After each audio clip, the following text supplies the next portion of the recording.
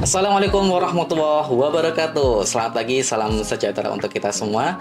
Selamat pagi, halo semua Sobat Bahari dimanapun Anda berada. Berjumpa kembali di podcast Bincang Bahari episode 4 Dinas Kelautan dan Perikanan Provinsi Jawa Timur. Ya tentunya hari ini bakal buat lidah auto goyang bersama saya Rozak yang akan menemani teman-teman Sobat Bahari untuk berbincang selama beberapa menit ke depan tentang topik yang pedas, gurih, dan pastinya bikin bangga jadi orang Indonesia. Yaps, tema kita hari ini adalah sambal. Aduh, ya, sambal ikan yang mendunia. Dari meja lokal ke meja global. Tentunya bersama para pembicara narasumber yang spesial hari ini. Saya sapa terlebih dahulu. Nah, beliau adalah Mbak Syifa. Selamat pagi Mbak Syifa. Halo, selamat pagi. Mbak Syifa ini adalah penerus ya, generasi penerus saat ini sebagai manajer operasional, saya katakan gitu ya Mbak ya? Boleh, ya boleh deh sebenarnya apa aja lah. Dari betul, dari pelaku usaha Sambal DD1 ya, salah satu sambal khas Surabaya yang saya katakan tadi sudah berhasil mendunia begitu ya. Kemudian salah satu narasumber kita selanjutnya adalah Pak Wiono. Beliau adalah Pembina Mutu Hasil Perikanan Dinas Kelautan dan Perikanan Provinsi Jawa Timur yang nanti akan berbagi terkait dengan bagaimana teknis standar mutu ataupun tips-tips yang bisa digunakan oleh para pelaku usaha untuk bisa memasarkan produknya agar lebih luas dan bisa go internasional. Nah, sebelum itu sedikit saya akan sepil. Kira-kira tadi yang bertanya, sambal DD1. Nah, sambalnya mana sih DD1 ini gitu ya. Jadi kalau teman-teman bisa cari di googling ya, atau banyak menemui di pasaran ini, sambal DD1 ini sebenarnya sudah sambal yang dikenal luas di masyarakat ya. Dari mulai warteg sampai dengan restoran begitu, dari mulai lokal sampai internasional dengan berbagai varian sambal ikan yang tentunya banyak, mulai dari sambal ikan klotok, kemudian sambal ikan teri, sambal ikan peda, sambal ikan jambal roti, sambal ikan cumi, dan ada satu lagi yang nggak ada di sini, itu udang Mbak ya, ebi. Oh iya, jadi itu olahan kentang yang kita beri taburan ebi dan lain-lainnya. Jadi mungkin kalau sekarang orang tahunya kentang Mustafa ya, jadi agak-agak mirip sama itu yang kalau dicemil tengah malam itu P3K sih sebenarnya. Pertolongan pertama pada kelaparan. Jadi itu emang pas banget kalau buat nyemil, buat dicampur di nasi kayak gitu. Bener banget. Memang kalau ngomongin sambal ini nggak ada habisnya ya, karena tanpa sambal kayaknya semua makanan terasa hambar begitu ya. Nah, berbicara masalah sambal juga, kalau sambal ini sebenarnya tidak hanya berbicara masalah makanan, tapi juga sebuah identitas budaya kita yang kaya akan cita rasa begitu ya. Karena banyak juga sebenarnya sambal-sambal yang kemudian menjadi produk ekspor. Nah, ini dikenal karena memiliki cita rasa khas. Ini loh sambal Indonesia gitu. Nah, kombinasi antara sambal yang gurih dan pedas dengan ikan yang mengandung protein tinggi, ini tentunya menjadikan produk ini sebagai produk yang disukai berbagai lapisan masyarakat. Nah, di episode kali ini kita akan membahas lebih jauh terkait dengan bagaimana perjalanan usaha sambal ikan, tantangan dan peluangnya, serta kemudian bagaimana kira-kira dukungan mutu dan regulasi bisa membuat produk ini mendunia. Oke, dan untuk mengefisiensi waktu, kita akan langsung saja ke pembicara kita pertama, ada Mbak Syifa dari DD1. Sebelum saya bahas terkait dengan produknya, ini saya penasaran Mbak, kenapa sih produknya ini dikasih nama DD1 gitu. Kenapa nggak DD2 atau DD3 atau DD bayi? Iya, jadi awalnya pada waktu kita bikin produk gitu kan, itu ibu saya yang bikin gitu ya. Jadi ibu saya bikin gitu, kemudian di akhirnya tuh pasti kan harus ada nama gitu. Terus namanya apa ya? Ntar kalau namanya Bu Susi gitu, karena ibu saya namanya Ibu Susi ya. Kalau namanya Bu Susi nanti takutnya ada sambal Bu Susi lain gitu. Kalau nama ini nama itu ya, terus benar, spesifik. Iya benar. Terus nah kita kan tinggalnya ini kan di Blok DD nomor 1 nih rumahnya. Itu aja ya kita pakai, karena nggak mungkin dong di dalam satu rumah ini terus tiba-tiba lo bikin sambal juga, lo bikin, kan nggak mungkin gitu. Jadi ya udah akhirnya kita daftarkan merek kita dengan nama DD1 itu dari blok rumah gitu. Luar biasa. Jadi sebenarnya dari blok rumah gitu ya. Blok rumah. Oke, oke. Kira-kira bisa diceritakan enggak Mbak dari awal usaha mulai dari berdirinya DD1 ini dan mengapa terinspirasi untuk membuat produk sambal, utamanya sambal ikan. Iya, baik. Jadi ibu saya tuh sebenarnya sukanya masak gitu. Ibu saya suka masak. Jadi dari awal waktu kerja, kalau pas libur tuh masak gitu. Nah, terus suatu ketika berjalan-jalan, entah itu di waktu itu bukan di New Zealand, di Australia, kemudian waktu umroh gitu kan, terus waktu jalan-jalan ke Cina, ibu saya itu adalah tipe orang yang masakan Nusantara deh yang buat dimakan gitu. Apalagi pada waktu itu kayak di Australia itu lagi musim dingin gitu kan. Lah ibu saya itu curhat, ya masa musim dingin tuh mama susu, kopi, teh atau roti gitu. Buah. Padahal enak-enaknya musim dingin itu adalah bayangin aja nasi panas dengan sambal dengan teri goreng gitu. Udah kebayangkan itu Ya, tuh udah anget nikmat gitu ya. banget gitu. Bukan yang roti mahal Betul atau banget. teh itu. Nah, jadi pada waktu itu ibu saya kan lagi ada pelatihan di sana gitu. Jadi di flat ibu itu ngumpul orang-orang Indonesianya. Ibu saya buka jendela, goreng teri, guntingin cabai dengan alat seadanya untuk bikin sambal, terus makan nasi, itu benar-benar nikmat banget. Terus di waktu itu belum ada sambal dalam kemasan tuh belum ada. Kalau orang-orang ke Surabaya paling kan kulineran di warung, depot, makan sambelan, penyetan kayak gitu kan. Itu belum ada sambal dalam kemasan. Terus ibu saya mikir, kalau sambal kita ulek, nggak mungkin dong bawa cabenya, bawa segala macam. Kalau diulek dari Indonesia, dibawa ke sini belum lagi nanti ngotorin koper, terus belum lagi basi dan segala macam. Kayaknya harus ada nih sambal yang bisa dikemas, bisa dibawa kemana saja, praktis, tahan lama gitu, dan akhirnya bisa go global.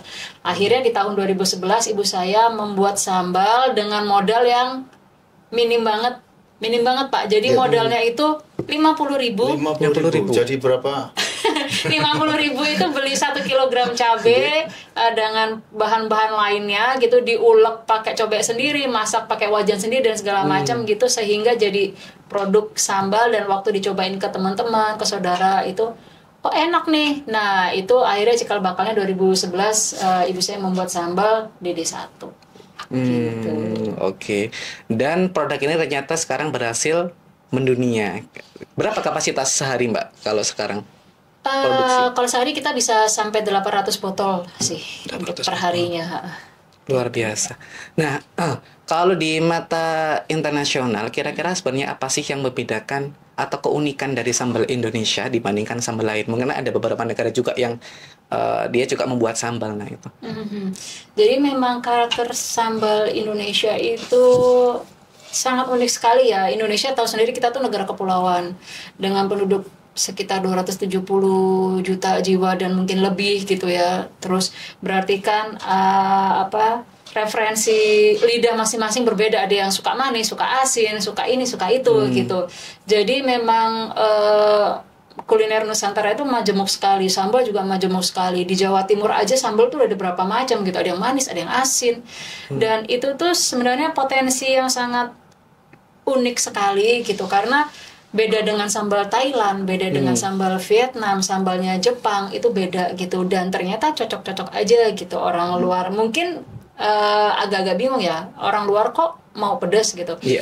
Nah, survei yang sempat saya cari itu bahwa ternyata karena penduduk Indonesia itu ada di luar negeri ada sekitar 3 juta diasporanya 2025 9 juta. Nah sekarang malah 9 juta Pak ya, tadi. 9 juta nih, 9 juta ada di luar negeri. Sedangkan di luar negeri tahu sendiri sambal itu tidak bisa segampang kalau kita cari apa sih makanan-makanan snack gitu kan gitu. Terus bisa jadi kondisinya seperti yang ibu saya alami gitu, rindu dengan masakan Nusantara kayak gitu. Jadi ketika menemukan produk kita di sana tuh yang sangat senang sekali. Dan di luar negeri itu juga susah cari ikan asin. Jadi sesuatu banget gitu ya. Bener, ini jadi kayak apa ya, hidden gem gitu. Kalau misalkan ketemu di mana gitu. Surprise itu. Iya gitu. Oh ada sambal Ada dari ini. sambal ternyata. Dan ini dari Indonesia kayak gitu. Dan itu memang karakter sambal kita kan memang unik ya. Memang ibu saya sengaja membuat sambal ini bukan pasta, bukan saus, tapi benar-benar sambal yang teksturnya ulekan rumahan untuk bisa mengobati kangennya itu gitu. Nah itu yang memang poinnya, jadi kayak kita ada kayak sambal jambal, sambal peda itu, jadi kayak konsumen kita ada tuh yang di luar gitu yang begitu ngeliat sambal peda itu langsung ngambil karena kangen banget ini peda dan jauh banget kalau mau pulang cuman buat makan peda kayak gitu sih. Jadi itu memang poin yang unik sekali gitu. Nah itu berbicara masalah potensi, berarti memang kalau kita lihat kan saat ini juga banyak masyarakat internasional terutama habis COVID itu kan mulai beralih ya ke makan makanan sehat. Kemudian ini juga saya lihat kalau di D1 ini kan salah satu keunggulannya dia kan non MSG benar ya. Benar. Jadi benar-benar tradisional alami gitu. Nah mungkin saya ke Pak Wi, kira-kira sebenarnya Pak sejauh ini ya bagaimana potensi utamanya sambal ikan ini sebagai produk unggulan ekspor kuliner berbasis perikanan untuk pasar internasional kata lebihnya. Baik, jadi sambal ini adalah salah satu bentuk diversifikasi ya. Untuk olahan ikan. Jadi sambal ikan ini potensinya cukup besar karena kita punya ragam yang sangat banyak untuk ikan itu. Kalau dibikin sambal nama-nama ikan aja sudah berapa macam itu Mbak Siva. Jadi banyak sekali yang, dan itu tentunya akan memberikan taste yang berbeda dan mungkin juga akan punya penggemar juga yang bervariasi sehingga saya pikir itu sangat besar. Jadi seperti yang disampaikan tadi, apapun lauknya harus ada sambal. Harus ada sambal.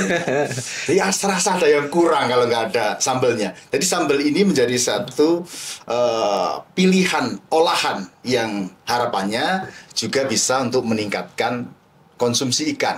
Mungkin orang-orang tertentu dia nggak bisa makan ikan begitu saja. Ya, tapi ketika dibikin sambal tiba-tiba jadi ngiler gitu Pak ya. Wah, jadi pengen makan seperti itu ya. Jadi potensi cukup besar. Dan tadi kalau berbicara di pasar global juga kita memang punya diaspora yang cukup banyak dan tadi sempat juga mendengarkan pemaparan beliau, ternyata diaspora tadi nularin di kanan kirinya. Artinya ini ternyata mungkin salah satu yang barangkali belum teradu kita bahwa ternyata jadi yang namanya kalau bahasa kita mungkin dari mulut ke mulut ya, persebaran itu loh. Ternyata enak. Dan ketika sambal kita memiliki ciri khas, tentunya seperti ketika negara lain punya produk yang mungkin remaja-remaja kita, kemudian yang ke Korea, yang ke Japanan seperti itu ya. Tapi ya saya juga punya harapan tentunya di luar negeri itu biar menjadi tren juga, yang Indonesia itu yang mungkin ditunggu-tunggu barangkali seperti itu. Nah, itu mungkin dari tadi melalui diaspora yang juga ikut menjadi salah satu sarana promosi, dan saya yakin sekali prospeknya sangat ini, apalagi tadi memang sambal sudah dikemas di dalam kemasan yang easy to transport artinya bahwa luas, mau dibawa mau dimasukkan no problem, dengan kemasan kemana ya kan, untuk menikmatinya juga tidak perlu untuk surfing lagi tinggal buka gitu ya. Kira-kira gitu. Oke. Nah kalau terkait jenis ikan Mbak ya, apa yang membuat sambal ikan di D1 ini pertama mungkin bisa dikatakan berbeda dari sambal produk lain, merek lain. Kemudian kenapa dari sekian banyak ikan itu, kalau memiliki yang tertentu untuk dijadikan sebagai sambal, kenapa harus misalnya harus peda gitu? Jadi awalnya itu kita pakai ikan yang umum dulu. Ikan umum yang dimanapun di dunia itu juga ada adalah teri, gitu anchovy gitu. Jadi setidaknya orang kenal dulu lah. Kita main aman dulu, play safe gitu. Seiring berjalannya waktu mulai itu ada demand. Bu, kenapa nggak bikin ikan ini, kan ini enak kayak gitu, dibikin ini. Jadi ibu saya tuh bereksperimen R&D juga, ikan-ikan yang kira-kira kalau cuma 1 orang 2 orang ya sudah, tapi kalau sudah ternyata udah banyak masukan, oh kenapa nggak kita coba ngembangin ya, oke juga nih gitu. Nah akhirnya mencoba mengembangkan, akhirnya sampai ini terdiri dari berbagai macam, ada sekitar 9 ya, ada sekitar 9 gitu. Iya, mulai berkembang dari yang ikan biasa, kemudian ikan asap, ada cumi, apa segala macam. Jadi kita kembangkan sampai variannya seperti ini gitu. Yang tentunya pastinya ada juga tantangan-tantangan yang harus kita hadapin tergantung dari karakter ikannya. Terus tadi ditanyakan apa yang membedakan. Ikan ini pengolahnya gampang-gampang susah. Sambal gampang-gampang susah. Jadi adalah double gampang-gampang susah gitu. Nah, gimana caranya bisa tahan lama itu adalah salah satu tantangan yang utama sebenarnya. Nah, dengan adanya R&D yang ibu saya jalankan, dengan teknologi pangan yang kita terapkan, cara pemasakan yang benar, apa segala macam, higienitas, sanitasi, dan semuanya yang kita ikuti berdasarkan sertifikasi yang sudah kita miliki seperti ada HACCP, kemudian SKP, kita dari perikanan, kelautan perikanan, itu kita terapkan sehingga kita bisa menghasilkan produk yang aman, tahan lama, dan tentu saja tidak mengurangi kualitas gitu. Jadi itu yang membedakan gitu. Apalagi tahan lamanya itu tuh yang memang poin utamanya gitu. Karena bisa dibawa kemana-mana, otomatis kita harus tahan lama. Gitu. Karena kalau kayak ekspor perjalanan aja udah berapa lama. Sedangkan begitu sampai sana retail minimal 1 tahun.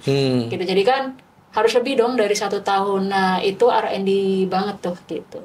Ya benar banget. Jadi terkait food safety system gitu ya. Iya. Mungkin saya kembali ke Pak Wi ini. Kalau dari segi sebagai pembina mutu ini Mbak ya, apa standar mutu dan keamanan pangan yang harus dipenuhi oleh para pelaku usaha, utamanya terkait dengan produk sambal, yang tentunya kalau produk sambal aja mungkin general gitu kan, tapi kalau sudah menyangkut sambal ikan, ada emblemnya ikan, itu berarti kan ada spesifikasi khusus yang harus dipenuhi pelaku usaha untuk menembus pasar. Nah kira-kira bagaimana Pak untuk standar mutu? Jadi ada 2 hal tadi. Jadi ada standar mutu dan keamanan. Mutu ini adalah terkait dengan spesifikasi yang ditetapkan oleh produsen, oleh pelaku usaha yang dia membuat produk tersebut. Nah, ini juga bisa ditetapkan sendiri.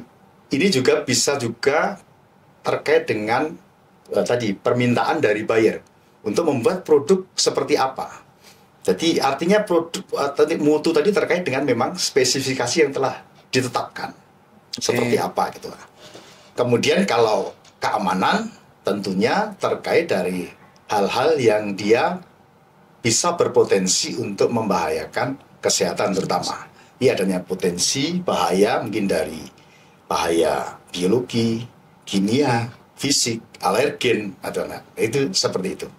Jadi untuk di pasar global ini urusannya kan ada ini, jadi ada G2G, ya, government to government, ya, yang satunya adalah B2B, business to business, ya, provider, kemudian yang biasanya yang apa namanya untuk buyer yang bukan di tingkat retail ya, dan seperti itu. Ya, inilah yang nanti kemudian ada kesepakatan yang harus dipenuhi tadi terkait dengan mutu bisa, keamanan bisa. Kadang-kadang buyer juga minta adanya tes result tertentu gitu. Jadi minta dilampirkan untuk hasil uji misalnya tadi vitamin D atau ya mungkin atau mungkin logam. Jadi natriumnya seperti itu ada. Kadang-kadang itu tidak diatur oleh government baik di negara asal maupun di negara tujuan. Jadi semua harus dipenuhi. Kadang barang untuk bisa keluar dari Indonesia, ya ada pemeriksaan di competent authority yang dia.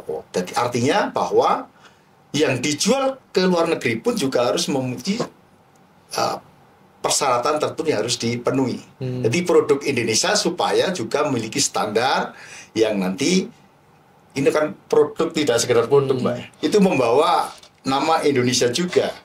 Artinya ketika misalnya ada produsen kemudian dia berjualan ke luar negeri dan produknya tadi ternyata tidak memenuhi standar mutu dan keamanan, tentu ini juga bisa berdampak buruk terhadap perdagangan, terutama mungkin kalau tadi makanan, ya makanan produk asal Indonesia. Ada produk seperti ini, gimana Indonesia menjaga mutu untuk terjadi perdagangan di luar negeri.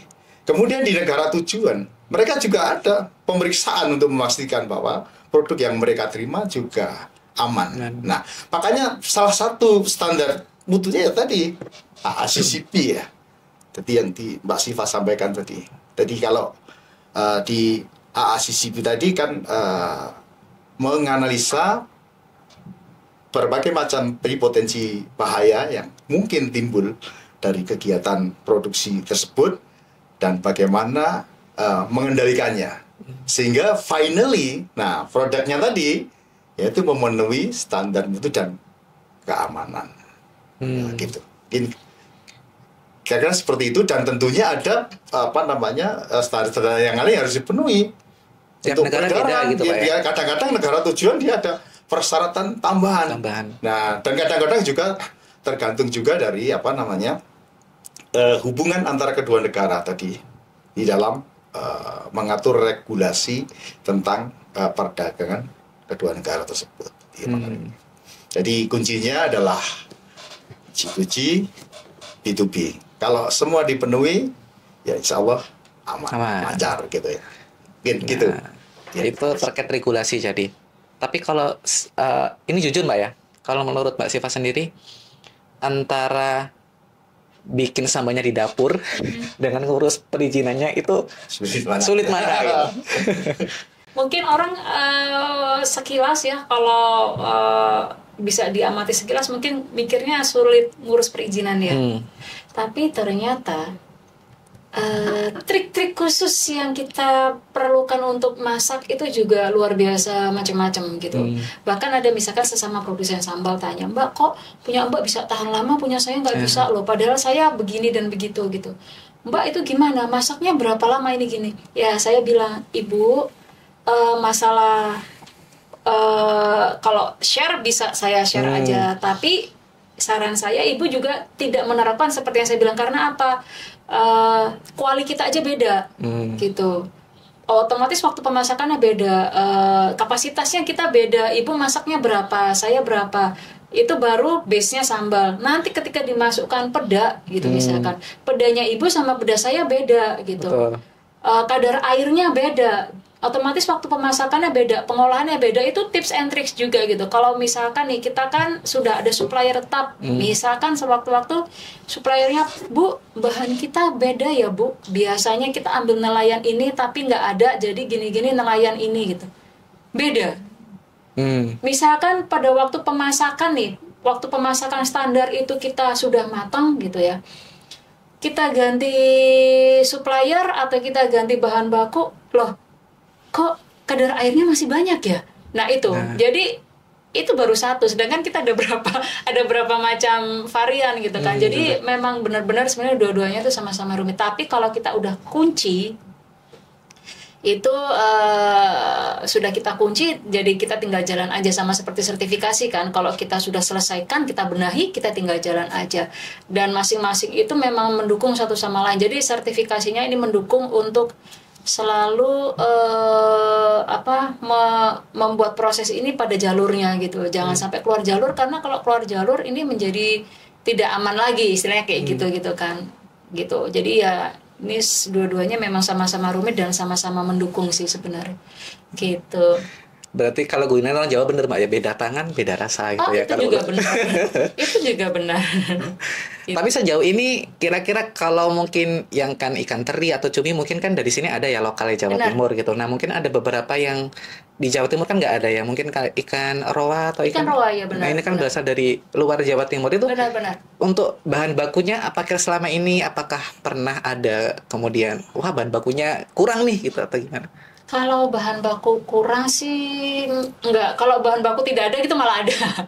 Jadi karena ikan roa itu sebenarnya juga dia musiman gitu. Jadi Pak kita mau masak nih gitu, kita datangkan ikan roanya ya, karena kita memang kita tidak menimbun bahan baku. Jadi kayak misalkan kita rencana kita bikin sambal roa gitu ya. Kita bikin sambal roa kapan? Oke, minggu depan. Oke, kalau minggu depan kita harus pesan roanya nih sekarang karena kan perjalanan gini-gini nanti nyampenya estimasi sekian, kita nanti bisa langsung masak gitu. Jadi kalau kita kita mau roa, mohon maaf Bu, kita bahan baku roanya belum ada. Iya, itu juga akhirnya kita postpone ya, kita tunda untuk tidak memasak. Tapi kita juga ada kita juga sudah apa ya namanya ya, apa sih itu kayak mengantisipasi gitu. Jadi memang banyak yang tanya gitu, sambal itu kan cabai kadang naik kadang turun, sama seperti bahan baku roa kadang ada kadang enggak. Itu bagaimana cara mengantisipasinya? Nah itulah kenapa kita buat produk kita tahan lama, itu salah satunya adalah untuk mengantisipasi naik turunnya ketersediaan bahan baku gitu. Jadi ketika bahan bakunya itu tidak ada atau harganya naik, kita tidak memproduksi, tapi safety stock kita di gudang jadi aman, tidak kosong. Nanti kita sudah mulai bisa membaca gitu, dari 2011 kita pertamanya bingung ya, waduh kok tiba-tiba mahal gitu ya, tapi berdasarkan pengalaman, agak-agak bisa kebaca nih, ternyata kira-kira kapan cabenya nih akan naik, kapan akan turun, gimana gejala-gejalanya gitu. Kita udah mulai bisa mempelajari. Jadi ketika gejalanya itu muncul, wah bentar lagi nih cabai mahal, oke kita double ya produksinya, kita 2 kali lipat gitu misalkan. Jadi kita menumpuk yang tadinya 1 batch di gudang bisa jadi 2 batch karena persiapan untuk musim pacaklik gitu. Jadi ketika musim itu datang, kita aman, kita tidak produksi, kita melakukan yang lainnya gitu. Karena kan tidak hanya sambal aja kan kita produknya. Jadi kita bisa memproduksi produk yang lebih aman untuk bahan bakunya pada saat itu gitu. Nah, ini strategi yang bagus ya, bisa ditiru teman-teman pelaku usaha yang lain. Mungkin bagaimana kalau mensiasati, utamanya kalau sambal ini jelas ya, kalau harga cabai itu kan naik turun ya. Iya benar, karena memang kami itu tidak merubah kualitas gitu. Jadi tidak mengganti, ya sudahlah kita ganti tomat aja lah, jangan cabai gitu misalkan, nggak bisa kita. Jadi kita kunci ingredientsnya segitu ya segitu. Jadi yang bisa kita lakukan adalah penyesuaian dari kitanya, sehingga produknya tetap nyampe ke konsumen dengan kualitas yang sama, sehingga kepercayaan konsumen itu yang kita jaga. Betul. Gitu sih. Oke, mungkin dari segi permasalahan tadi banyak ya. Nah, kira-kira Pak Wi, sebenarnya tantangan terbesar kita tuh apa sih yang dihadapi pemerintah ya dalam mendukung ekspor produk perikanan? Kemudian selama ini fasilitasi yang dilakukan itu apa saja untuk mendukung UKM ini, baik dari segi standar mutu maupun pemasarannya? Baik, jadi pertama adalah terkait dengan akses pasar tentunya. Itu yang biasanya begini, orang bukan berproduksi mudah ya, sudah bikin aja. Tapi ketika lu bisa jual enggak? Lah kalau nggak bisa jual gimana? Jadi mereka ada. Berarti perlu adanya bagaimana upaya untuk menghubungkan antara calon produsen atau produsen dengan pembelinya tadi. Ini yang pertama ada itu. Kemudian yang kedua tentunya ketika kita berbicara di global market, tentu kita harus memenuhi standar-standar yang berlaku di pasar global, termasuk bagaimana produk tadi adalah tidak mengandung senyawa yang berbahaya, tidak mengandung bakteri yang berbahaya. Nah, dan parameter-parameter lain yang ditetapkan oleh regulasi internasional. Kalau jualan di luar ya standarnya mestinya PRC kan gitu ya, misalnya kan begitu ya. Dan kemudian untuk satu unit pengolahan untuk bisa memenuhi itu, kemudian tadi si Fasem untuk melakukan yang namanya sertifikasi, ini juga butuh effort ya, Mbak Siva, sangat itu. Jadi tidak sekedar apa gitu ya, karena memang itu tadi. Karena apa? Ketika kita sudah menjual di tujuan yang jauh, dengan tentunya bagaimana menghasilkan produk yang punya daya simpan, mempunyai umur simpan yang panjang. Tentu ini juga memerlukan sarana untuk bisa melakukan pengolahan sehingga produk tersebut aman. Contoh misalnya sambal ketika misalnya dia kemasannya misalnya di kaleng misalnya, kemudian di akhir prosesnya adalah dengan retouch misalnya, ya artinya produk tadi steril gitu ya. Itu kan nanti bisa aman ya. Tapi apa semua produsen bisa ngadakan itu untuk dia bikin retouch seperti itu. Jadi ada beberapa tadi kalau kita kaitkan dengan disampaikan Mbak Siva tadi terkait dengan bagaimana sih supaya sambal itu bisa bertahan lama misalnya. Karena ada tekniknya tadi. Misalnya dengan satu tadi menghilangkan bakteri dengan cara sterilisasi. Yang kedua dengan meminimalkan kadar air. Ya berarti nanti goreng dipastikan. Kaitannya dengan sertifikasi, jadi biar nyambung dengan tadi ya Pak. Bagaimana sih hubungannya sertifikasi yang tadi misalnya HACCP dengan produk yang dihasilkan tadi? Jadi di panduan mutunya HACCP itu kan misalnya ini terkait dengan kalau HACCP lebih kepada misalnya terkait dengan keamanannya. Apakah dia sudah cukup dimasak dalam waktu kemudian terkait dengan misal tadi tingkat kematangan, kadar airnya sampai apa kemudian, dan semua tahapan-tahapan tadi itu dilakukan proses namanya verifikasi. Pertahapannya ada verifikasi. Misalnya tadi, saya menggunakan bahan A, maka saya butuh untuk memanasannya sampai berapa sih? Sehingga kemudian ini dinyatakan bahwa hasilnya nanti sudah sesuai dengan produk yang diharapkan ini seperti apa. Gitu.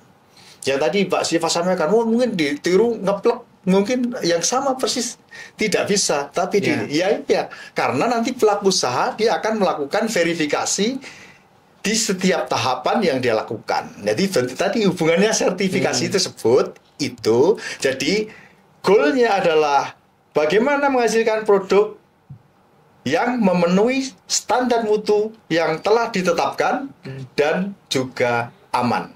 Aman ini artinya bahwa dia adalah tidak adanya kontaminasi, baik datang dari peralatan, lingkungan, pekerja, atau bahan itu sendiri. Sehingga produknya menjadi produk yang prima, yang artinya bahwa dia adalah mutunya oke, aman, dan konsisten Pak ya. Jadi sambalnya konsisten Pak Rojak. Nggak sekarang asin, besok anyep. Lusa gimana lagi nggak tahu ada standar itu. Ada standar. Inilah kemudian perlunya sertifikasi. Jadi saya coba hubungan dengan itu. Saya seperti itu. Iya, untuk menjamin itu. Makanya di setiap proses ada catatan, monitoring proses dari penerimaan bahan baku. Contoh ya misalnya penggunaan bahan dari ikan golongan skromboid misalnya, termasuk ikan pedo misalnya. Ya, itu dia ada potensi dia mengandung namanya histidin. Histidin itu kalau adanya histidin di kaprasa dia jadi histamin. Histamin akhirnya menjadi apa? Alergen kan, menjadi gatal. Kira-kira nanti seperti Pak. Sehingga nanti ketika itu dihubungkan semuanya hasilnya oke. Jadi pengendalian itu sebenarnya yang malah tadi sertifikasi tadi hasil yang diharapkan seperti itu. Memang tidak semua pelaku usaha itu bisa ngolahnya baik gitu ya, karena memang jenis ikan tertentu tadi Pak ya yang kandungannya betul, itu bagus ya. Oke, selama ini ekspornya kan udah ke Amerika betul Pak ya? Kemana aja Pak? Amerika, kemudian ada Amerika, Kanada, New Zealand, Australia, Belanda, Swedia, ya dan beberapa negara lain. Nah itu banyak banget, mulai dari Eropa, Amerika, Asia, Korea Selatan. Korea sempat sekali. Nah itu tentunya kan masing-masing negara punya standarisasi yang berbeda gitu Pak ya. Terutamanya mungkin kalau Amerika itu FDA saya tahunya gitu, yang lain saya kurang tahu juga gitu. Nah itu kira-kira tantangannya apa Mbak? Selama ini sudah terpenuhi itu, tapi apakah masih ada hal-hal yang mungkin saat ini kesulitan gitu lah? Nah kemudian apa kira-kira mungkin yang perlu dukungan pemerintah dalam hal apa? Baik, jadi memang kalau untuk masing-masing negara, tujuan negara itu beda-beda memang regulasinya, dan kita sebagai eksportirnya itu harus tahu, wajib tahu regulasi-regulasi di negara tujuan gitu ya. Jadi kita cari informasi NTE, negara tujuan ekspornya, itu regulasinya bagaimana, persyaratan apa yang harus kita penuhi kayak gitu. Kayak misalkan di Amerika yang diperlukan adalah kita ditambah dengan US FDA. Itu akan beda lagi ceritanya kalau misalkan kita ke New Zealand. Di New Zealand memang tidak perlu FDA, tapi juga tidak mudah gitu. Saya jam 3 pagi, jam 2 itu tektokan terus sama bayarnya di sana. Sekarang ini saya harus ngisi gini, bikin apa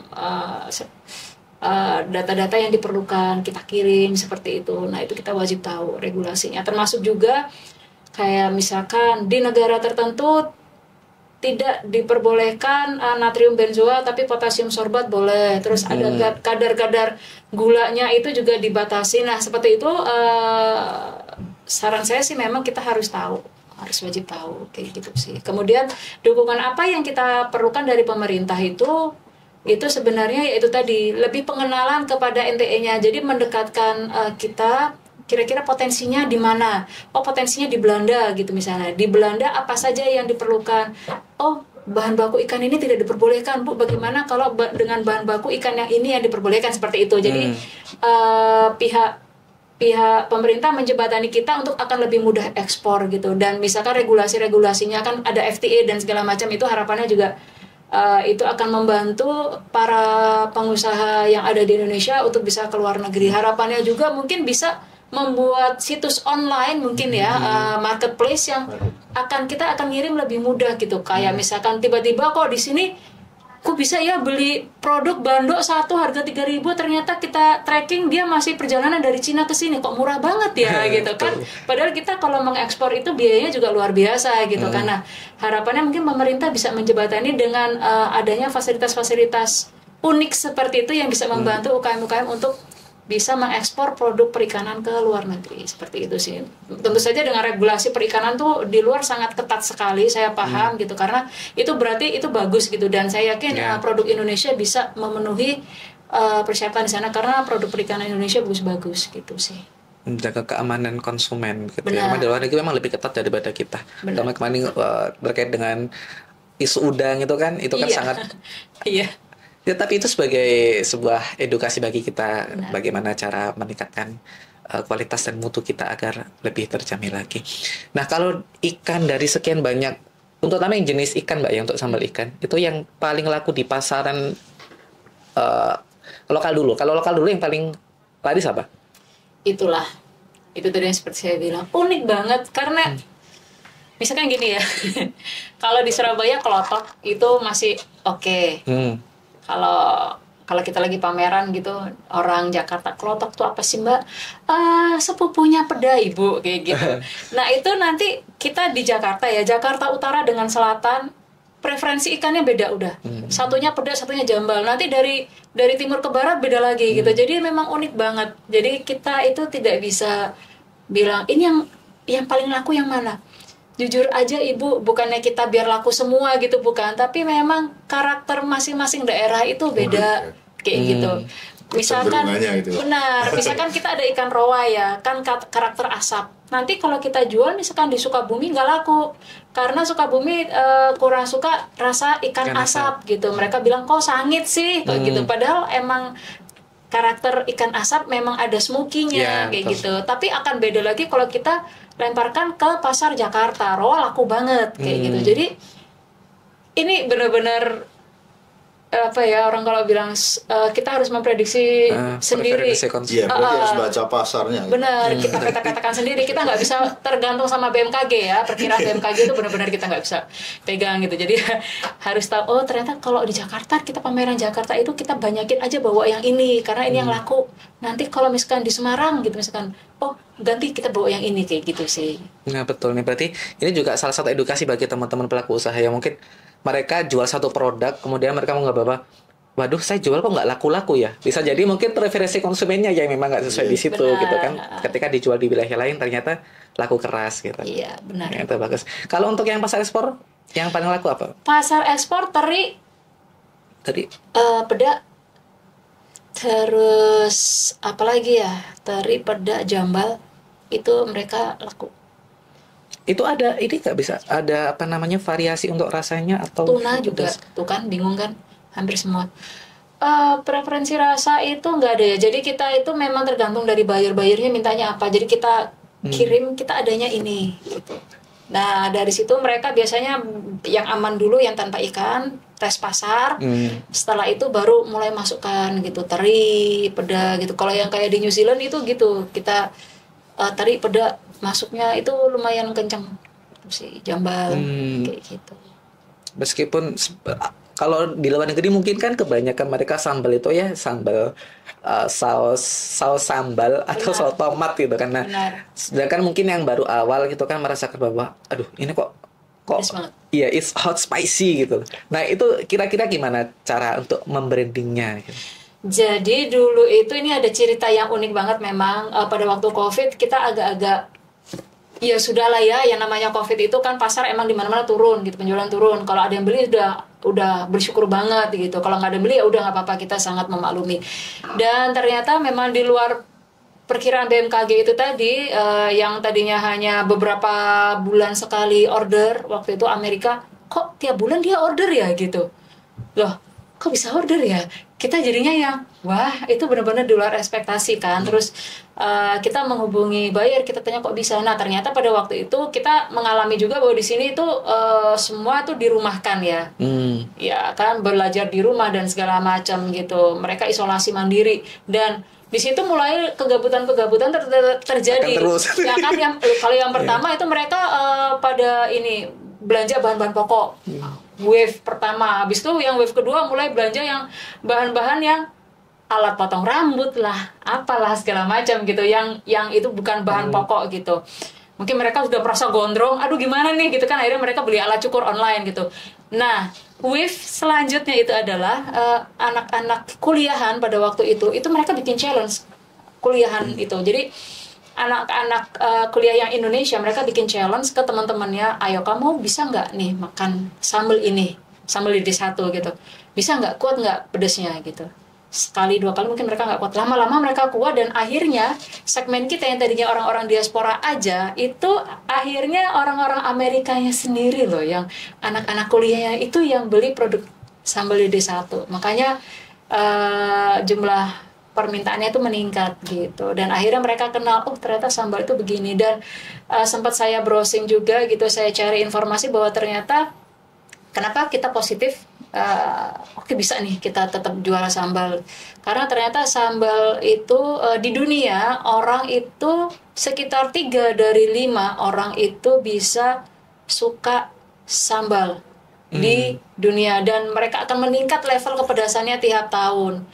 Terus dari 10 orang kira-kira sekitar 3 orang itu akan mau repeat sambal gitu ya. Dan buyer kita beli sambalnya juga nggak minta yang pedasnya dikurangin, padahal kita offering kalau mau sambalnya tingkatnya dikurangin atau apa, adjustment apa yang diperlukan silahkan aja, kita bisa menyesuaikan dengan negara tujuan ekspor kita gitu. Enggak, mintanya tetap begini, sambal botolnya kita coba bikin yang modif, mungkin yang bagus, yang luar negeri banget lah, yang apa gitu, tetap baliknya mintanya yang begini gitu, jadinya kita kirimnya yang begini.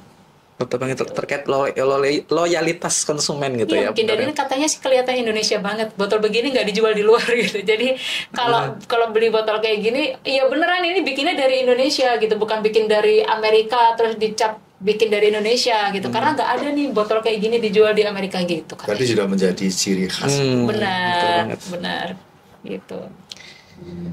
Oke, kalau ke Pak Wiono mungkin ya saya Pak. Kalau ada UMKM yang semangat tapi mungkin masih bingung soal standar mutu, kemudian bagaimana cara memasarkan, ini kira-kira ada nggak Pak kayak tips paling simple gitu biar produknya ini layak jual gitu Pak?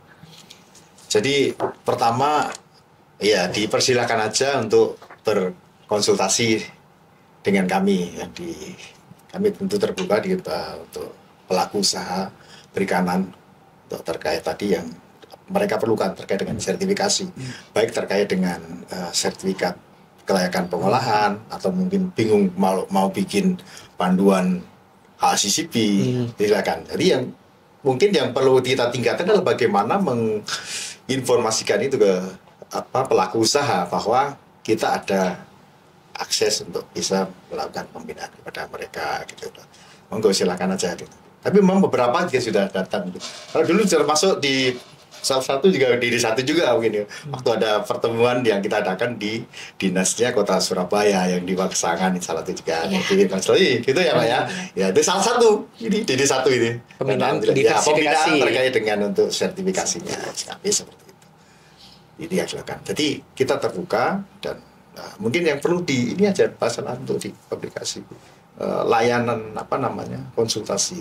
Ini mungkin yang mungkin mereka kadang bingung harus menghubungi siapa ya, mungkin bisa menambahkan apa semacam hotline atau apa untuk lain terkait Anda ada masalah dengan sertifikasi kelayakan pengolahan atau mungkin dengan HACCP, monggo konsultasi ke nomor mungkin bisa di salah satu seperti itu. Nah itu salah satu mungkin gitu. Betul banget. Satu layanan di Dinas Kelautan Perikanan Pak ya. Kemudian ada lagi Pak mungkin ya sampaikan. Di samping itu juga sebenarnya kita juga ada ini yang pembinaan dan misalnya kita juga kegiatan reguler di kita yang terkait dengan tadi ya untuk produksi. Kita ada pembinaan untuk pengemasan, ada untuk pengembangan produk bernilai tambah. Yang itu tentu ada knowledge bagi mereka. Betul. Bagaimana mengolah yang baik, mungkin juga bisa menimbulkan inspirasi hasil olahan yang mungkin bisa mereka jual ya tadi seperti itu. Nah ini terkait tadi standarisasi atau regulasi yang diterapkan di berbagai macam negara itu salah satunya kan hasil uji nutrition fact. Nah itu salah satunya bisa dijelaskan nggak Pak untuk fasilitas yang dari Dinas Kelautan Perikanan ini terkait dengan nutrition fact atau hasil uji lab ini Pak? Ya kebetulan kita punya UPT PMP 2KP Surabaya ya, yang melayani pengujian kimia, kemudian mikrobiologi dan organoleptik. Jadi untuk kimianya misalnya pengujian antibiotik ada kloramfenikol,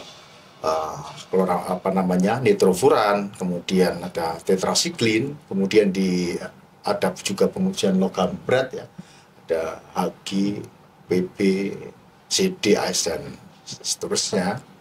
Kemudian uji nutrisinya juga ada, walaupun mungkin ini yang masih perlu ditingkatkan ya. Ada yang belum belum kita lengkapi misalnya untuk uji berapa sih ininya kalori dari satu bahan tadi mungkin bisa kalau bisa dilengkapi mungkin juga nanti akan juga bisa menaikkan untuk pengguna ini ya barangkali ini uji agung masuk separuh di sini separuh di sana ya.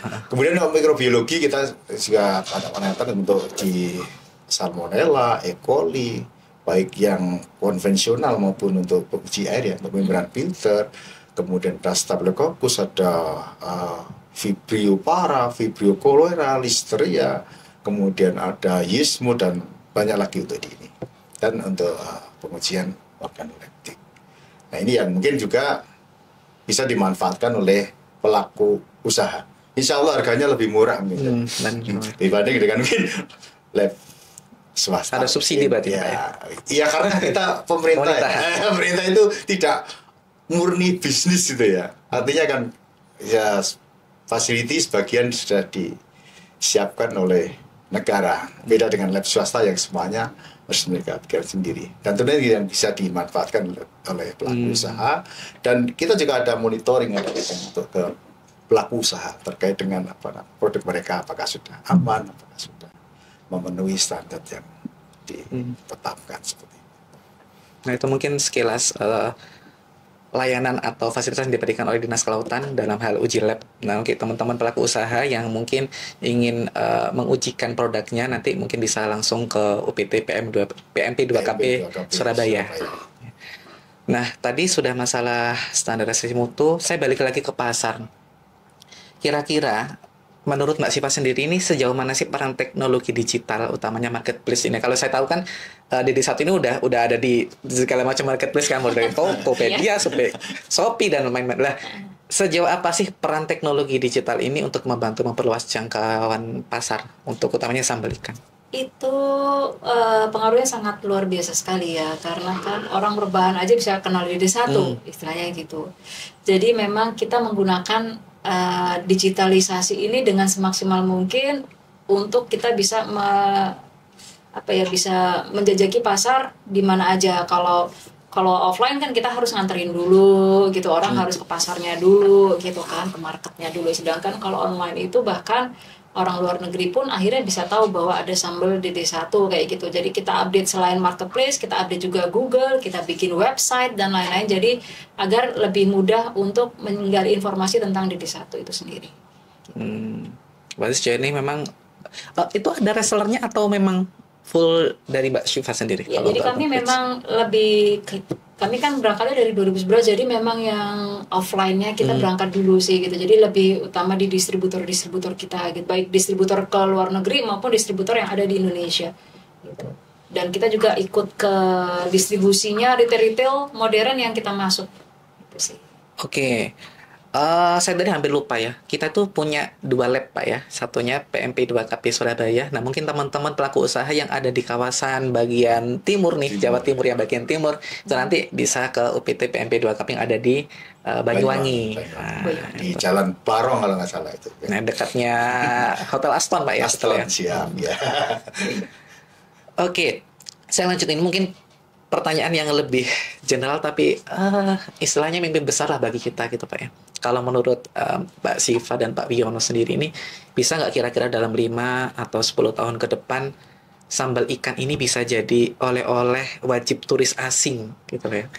Kayak kalau kita tahu kan selama ini mungkin yang banyak dikenal itu kan Thai chili sauce ya, atau sambal Bangkok gitu kan. Kenapa orang-orang tahu sambal Bangkok? Kenapa sebutnya sambal Bangkok gitu Pak? Kan belum ada sambal Surabaya gitu kan. Kenapa harus Bangkok? Jambu Bangkok, durian Bangkok. Nah, bisa nggak kira-kira produk kita, utamanya sambal ini bisa menjadi sebuah identitas atau ikon Indonesia sebagai di mata bukti pernah internasional? ke sana gitu Pak. Jadi belum dianggap ke Surabaya kalau nggak bawa sambal Surabaya. DD1 gitu ya. DD1 gitu ya. Anda pernah ke Surabaya? Dapat minta buktinya. Harus ada sambal DD1 lelenya itu. Kira-kira Bisa sih, Yeah. bisa. Jadi memang kalau saya lihat, kenapa Thailand itu orang lebih mendunia gitu? Karena sebenarnya dari pemerintah Thailandnya sendiri itu strategi marketingnya luar biasa. Jadi dari kerajaannya itu memang kayak seperti menancapkan di negara lain.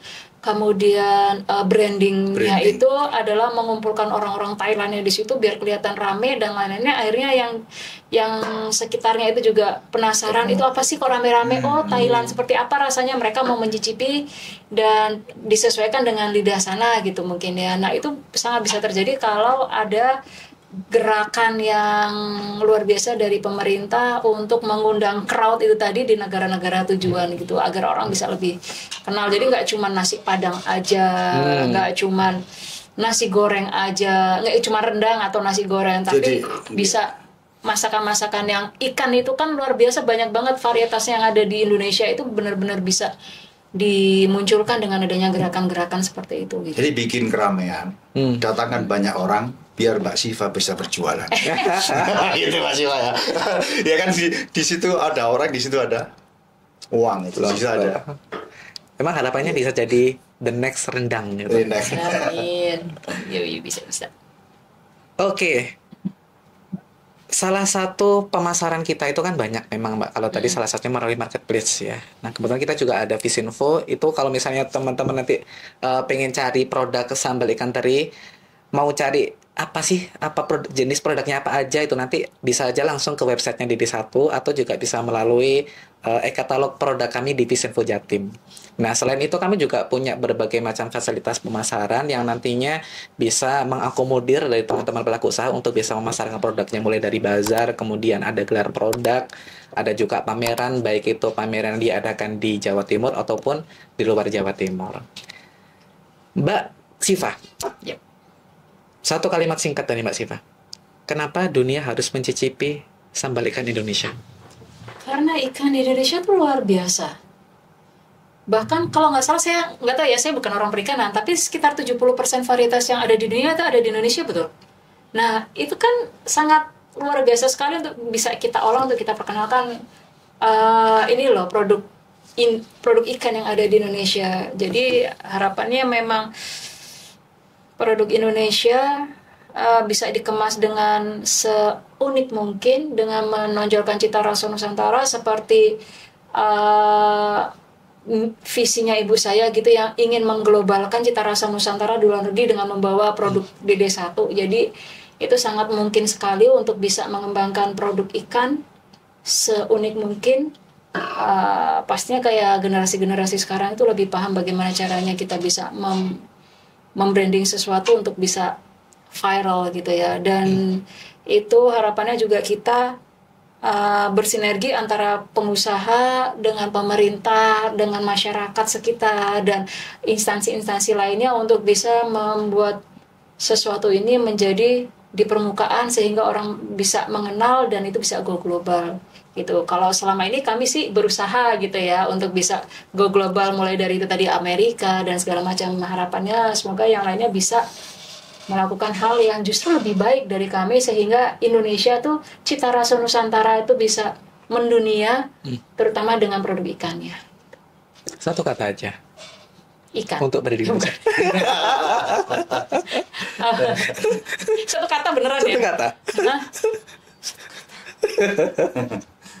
Sambal Indonesia kenapa? Tasty? It's okay. Yeah.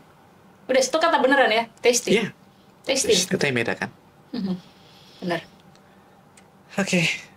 Sebenarnya kita masih pengen ngobrol panjang ya, tapi karena kita dibatasi waktu, jadi ya nanti next kita bakal ngobrol lebih panjang lagi mungkin di lain kesempatan. Boleh, nanti kita bisa chat juga ya. Nah, oke teman-teman. Oke, kita masuk ke penutup, tapi sebelum itu mungkin ada closing statement. Saya ke Mbak Syifa dulu ini. Sebelum kita akhiri, boleh berbagi pesan nih Mbak untuk teman-teman UMKM ataupun pelaku usaha yang sedang berjuang mengenalkan produk kuliner lokalnya ke pasar yang lebih luas. Iya, pastinya jalan terus gitu. Positive thinking in a positive way. Terus apa ya? Sekarang tuh kita waktunya berkolaborasi, bukan waktunya sikut-sikutan gitu. Jadi kita menggunakan energi positif kita untuk melakukan sesuatu yang positif. Dan dengan sesuatu yang positif itu nanti akan menghasilkan sesuatu yang positif juga. Jadi tetap berusaha, banyak mengikuti pelatihan-pelatihan, kegiatan-kegiatan gitu kan yang berhubungan dengan teknologi pangan atau apapun yang berhubungan dengan produk. Kemudian untuk melakukan usahanya itu kalau bisa jangan patah semangat, apalagi kalau dengan sertifikasi itu biasanya kan begitu dengar sertifikasi terus lihat pikirannya udah gitu, aduh udah nggak jadi gitu, jangan gitu. Jadi wah ini memang harus dilalui karena kalau nggak ngelewatin ini kita bakal di sini terus nih, nggak akan bisa ngelewatin untuk start di sesi selanjutnya. Masa iya kita mau kelas 1 aja padahal teman-teman udah pada SMP gitu misalnya. Kan teman-temannya juga ngikutin stage dari kelas 1, kelas 2, kelas 3 terus kan, dan saya yakin teman-teman juga bisa melakukan itu. Jadi tetap semangat gitu, tetap positif. Oke, sekarang dari Pak Wiono, dari sisi pemerintahan nih Pak, apa harapan dan pesan untuk para pelaku usaha sambal ikan terutama ya di Jawa Timur ini khususnya akan bisa naik kelas dan paling tidak nanti bisa go internasional? Jadi salah satu cara untuk bisa eksis di dunia bisnis is dynamic. Dan kita juga berarti harus senantiasa bergerak. Betul. Kalau kita pinjam istilahnya ISO 91 dengan istilah adalah continuous improvement. Jadi selalu untuk memperbaiki, lebih baik dan lebih baik lagi. Jangan cepat puas dengan apa yang telah dicapai. Karena begitu produk kita luncurkan, anggap saja produk itu sudah ketinggalan. Artinya kita harus inovasi untuk produk yang baru menyambut pasar yang baru. Gitu. Luar biasa. New and new gitu ya. New harus and renew. Oke, terima kasih banyak Mbak Syifa dari DD1, kemudian Pak Wiono dari Pembina Mutu Dinas Kelautan Perikanan Jawa Timur atas insight yang luar biasa hari ini. Semoga obrolan kita hari ini bisa menginspirasi banyak orang, terutama para pelaku usaha, untuk berani bermimpi dan membawa kuliner Indonesia khususnya sambal ikan ini bisa mendunia. Sekali lagi bagi sobat ikan nanti yang biasanya ini doyan banget sama sambal ya, atau pingin nyobain sambal Dede Satu, langsung aja bisa ke store-nya ada Mbak di mana? Store kita gimana kalau di ini aja link kita nanti bisa dari situ bisa kemana-mana. Linktree kita gitu ya, bisa masuk ke Linktree, Linktree gitu ya /DD1. DD satunya DE Satoe gitu. Ada di bawah. Melalui katalog produk Visionfo Jatim. Terus juga jangan lupa bagi teman-teman untuk like, komen, dan subscribe channel YouTube DKP Jatim agar tidak ketinggalan update episode kita selanjutnya. Follow terus Instagram dan Facebook kita di Diskanla. Nah, sebelum saya tutup, ada sedikit pantun dari Pak Wi. Kira-kira mungkin bisa menjadikan semangat kita hari ini. Iya, ini. Kalau sertifikasi tadi sama menakutkan begitu. Saya coba bahkan sertifikasi yang lebih sederhana dengan sambal terasi aja deh ya. Beli sambal terasi dimakan di sekolahan. Cakep. Tambahkan kerupuk ikan, bawa kemari. Mantap. Ikuti sertifikasi kelayakan pengolahan. Mantap. Jadikan produk aman dan digemari. Mantap. Cakep. Terima kasih banyak. Kalau gitu saya cuma pantun ya. Boleh. Bisa apa enggak ya? Coba ya. Jalan-jalan, kok nginjek ulat. Mantap. Bersihin aja dulu, habis itu lanjut terus. Cakep. Makan ikan, biar sehat. Mantap. DD1, colek terus. Mantap, luar biasa. Saya rasa bagi seluruh kru yang bertugas mohon pamit undur. Sampai jumpa episode selanjutnya. Tetap bangga dengan kuliner lokal. Dan jangan lupa, hidup tanpa sambal ambar bro. Wassalamualaikum warahmatullahi wabarakatuh. Selamat siang dan sampai jumpa di episode selanjutnya.